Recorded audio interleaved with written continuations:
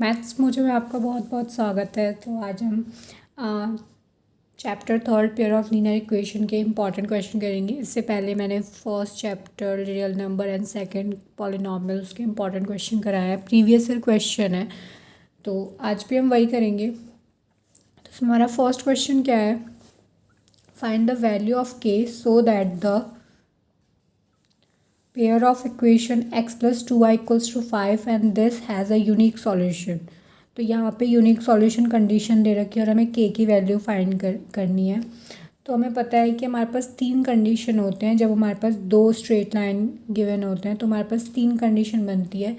वो तीनों कंडीशन में एक होता है यूनिक सॉल्यूशन का, एक होता है इनफाइनाइट मैनी सॉल्यूशन का और एक होता है नो सॉल्यूशन का, जो हम लाइन के बेसिस पे बता रहे हैं। जैसे यूनिक सॉल्यूशन है तो इस पर इंटरसेक्टिंग लाइंस होती हैं, ठीक है।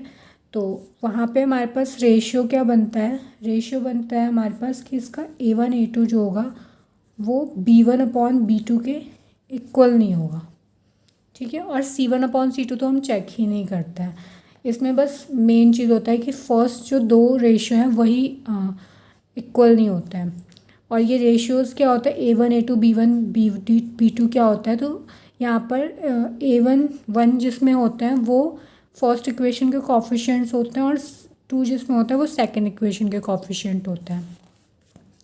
A1 B1 C1 A2 B2 C2 इस टाइप से। तो अगर हम A1 देखें फर्स्ट वाली इक्वेशन से, x का कोफिशिएंट होगा A1 तो ये 1 हो जाएगा, B1 होगा y का कोफिशिएंट 2 एंड C1 होगा -5। इस साइड लेते हैं हम, इसलिए -5 लिया है।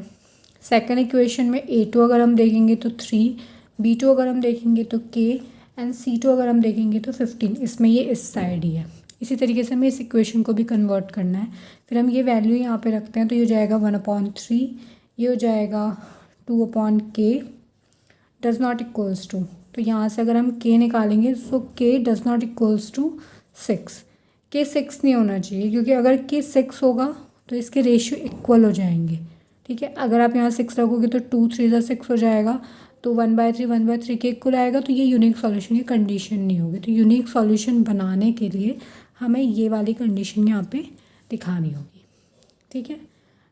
तो अब चलते हैं फिर हम नेक्स्ट क्वेश्चन पे। तो नेक्स्ट क्वेश्चन भी कुछ उसी तरीके से है। The value of k for which the system of equation this and this has no solution. तो यहाँ पे नो सॉल्यूशन है, वहाँ पे यूनिक सॉल्यूशन था। नो सॉल्यूशन की कंडीशन पे हमें पैरेलल लाइंस मिलती हैं और यहाँ पर हमारा ये होता है कि A1/A2 equals to B1/B2 but does not equals to C1/C2। ये कंडीशन बनती है। तो वही जैसे हमने पीछे करा था कि A1 B1 C1 first equation के कोफिशिएंट्स होंगे और A2 B2 C2 second equation के कोफिशिएंट्स होंगे। तो वो हम बना लेते हैं। A1 यहाँ से 1 हो जाएगा, B1 भी 1 हो जाएगा और C1 -4 हो जाएगा, ठीक है।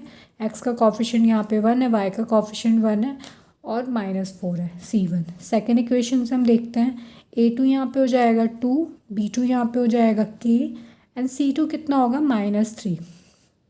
जैसे कि मैंने पिछले वाले में बताया था, इससे पहले वाले क्वेश्चन में कि हम इसको इस साइड लेके जाएंगे। ये कुछ इस टाइप से होगा, A2x plus B2y minus C2 equals to 0। तो इसको हम इस साइड लेके जाएंगे, इधर 0 बनाएंगे, तो इसलिए यहाँ पे ये लिखा है।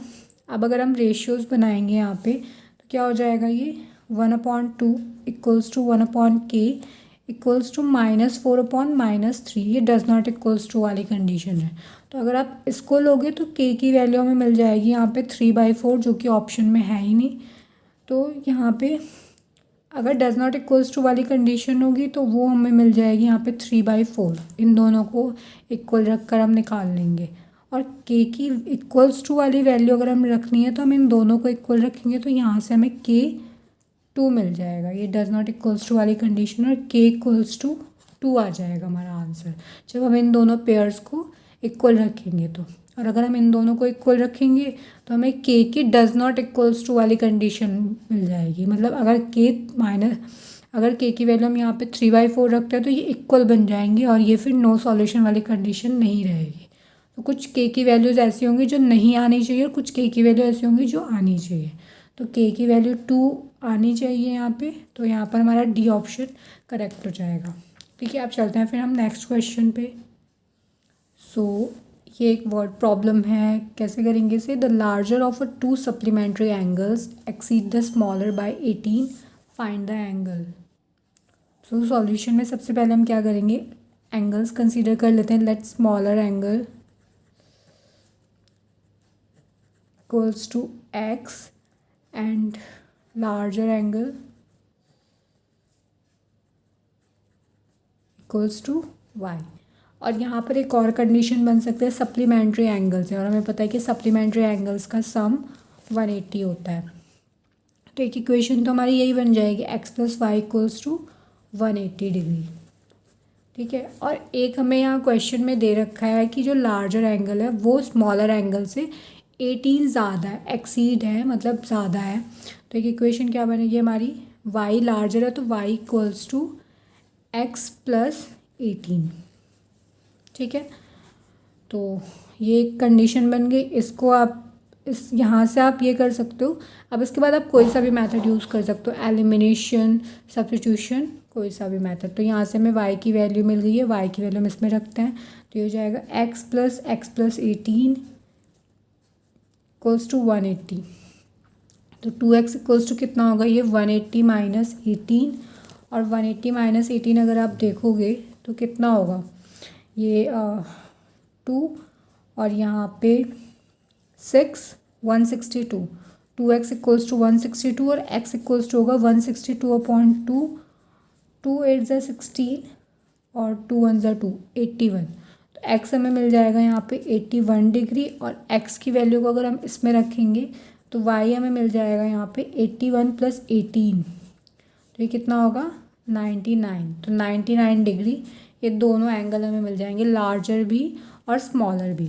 ठीक है, सो आई होप आपको ये सारे क्वेश्चन समझ में आए होंगे। अब मिलते हैं फिर हम नेक्स्ट वीडियो में कुछ और इम्पॉर्टेंट क्वेश्चन के साथ।